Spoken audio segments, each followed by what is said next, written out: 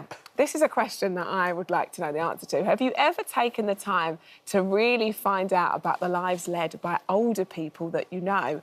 Well, doing so might just surprise you. Yeah, and it's such a great source of stories, and that's exactly what Graham Norton's latest fictional character, Frankie, explores. In another best-selling novel, this is it here.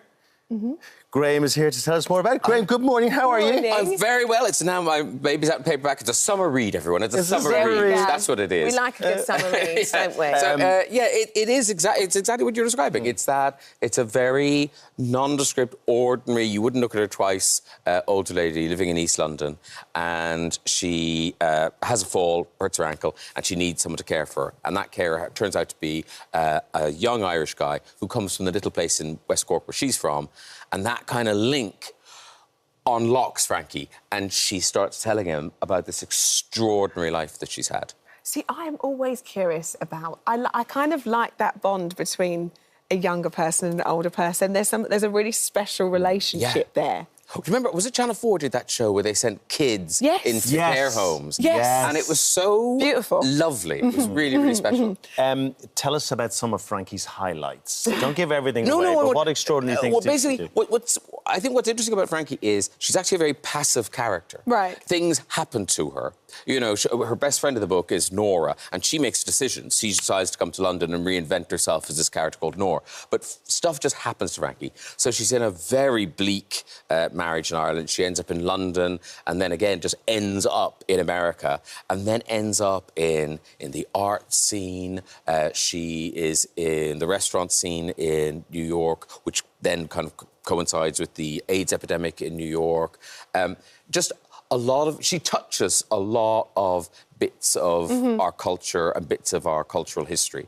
And unusually for me, I did some research for this book, and I wasn't sure whether I'd like that, but actually, I really enjoyed doing the research and finding out. I mean, there were worlds that I was interested in anyway, but doing a deep dive was fascinating. And also, it was then hard to decide, what to leave out. I can't just fill this book with interesting facts I know.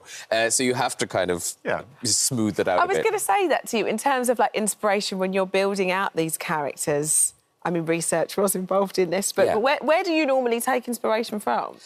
All sorts of things.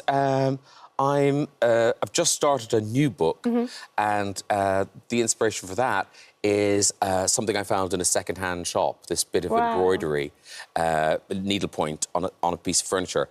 And I just thought, there's a story in that. And I'm sort of currently fleshing it all out. And this is a bit I love in the writing process. Yes. When it's all new and, the people on that page, they didn't exist a minute ago, and now they do.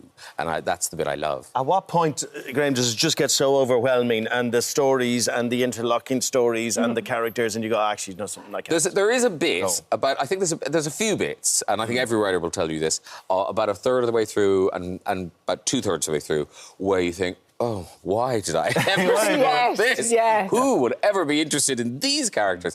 But that you just have to push through and believe in the idea you had originally, that you thought it was interesting. Do you have on a wall the basic premise of the story in one sentence, just to remind yourself, just to go back to? I do write things down. I write the book on a laptop, but I do have things, particularly in this book and in the new book, there's kind of time spans. So you have to remember how old were they when that was going on. Yes. When were they bored? So that would make them this now. They need to be older. I'll go back and change it. Yeah. All that sort of stuff. I always wonder, because you've writing novels now for 10 years. Yeah.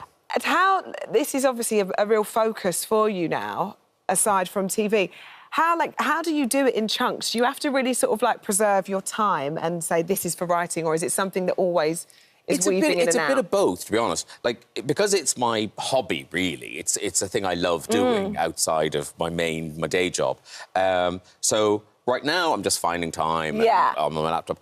Towards the end, when someone's breathing down my neck going, we need that book now. Because once something's successful, it's now OK, when's another one? So when that happens, then I do have to start blocking out days in my diary and kind of go, that's a book day. And I look forward to them. I kind of see them coming and how many coffees on a book day? How many coffees on a book day? Well, how many coffees on any day? Can you To get tell? here. Can you tell I'm quite highly caffeinated? I've only had one so far today. Imagine me in an hour. What's really exciting, and you know the kind of level of success that that's landed with your books when you have that conversation for turning them into film. That is weird. Only one has actually made it to the screen so far, Holding, but there's another couple that people are developing. And so far anyway, my policy is not to get involved. That's somebody else's job. Let them do it. And I do find it really interesting where people take the stories, how they see the characters, because, to turn it into a television series, you need more. You need extra characters, more plot twists and things. Books are normally kind of... A book could be a film, I think. Yeah. But to be a television series, you've got to trust the screenwriter, which it must be hard, handing over your baby to someone. Do you know what? I'm done with these books. when I'm finished. There we go. It's gone. Great. Sorry, I was doing it for you. I thought. So you are a very busy man. We're talking about TV, we're talking about NTAs, we're talking about the books, and so on and so forth. Your diary is kind of giving me mild anxiety. And moving is part of the process for you. Moving house. Let's chuck some house move in the middle of all of that. Why do we know this, by the way? Why is everyone talking about your house? Because everyone's obsessed with this. I don't know why. I don't know why. I mean, the estate agents for our place in East London, they said, "Can we use your name?" And I thought, "I'll get it in a few more people will see it. Yeah. Let's do that then." Yes. So that's how that happened. But there's a lot of kind of, "Oh, he must be leaving London." We're not leaving London. We're just moving. I just want to move. We're just moving. Yeah. But Graham, and your mum's part Irish, right? So you'll get this. Yes. You're going to have to delve deep into your Irish soul here. Okay. There is something, Graham, is there not, about wanting to go back to the old soil, wanting to go home to Ireland. And this is shown in Ireland as well, of course, this show. And people are going, is he coming back? Is Graham coming back to us? Well, I'm always coming back. I've had a place there for years. And for, about 15, 16, 17 years ago, that was when I kind of fell in love with Ireland again. And now I go back as much as I can. And that's why all these books have an element to them set in West Cork, and I said these books. I'll give me a second. No. Oh my God. It's all right. No injuries. I'll go this way. Hey, we're going to be on It's All Right Tonight now. That went well. The good thing is it was really smooth, wasn't it, Graham? Yeah. Cool. 40 years it's ago. like you're working with James Bond. That's exactly how it feels. We should say, so much knee pain. I'm trying to hide it. We should say that the paperback of Graham's best-selling book, Frankie, is out on what camera are we? The 19th of June, and of course is available for pre-order. It's so good to... for goodness sake. Is this book of a death wish? It's in the best hands here, we promise.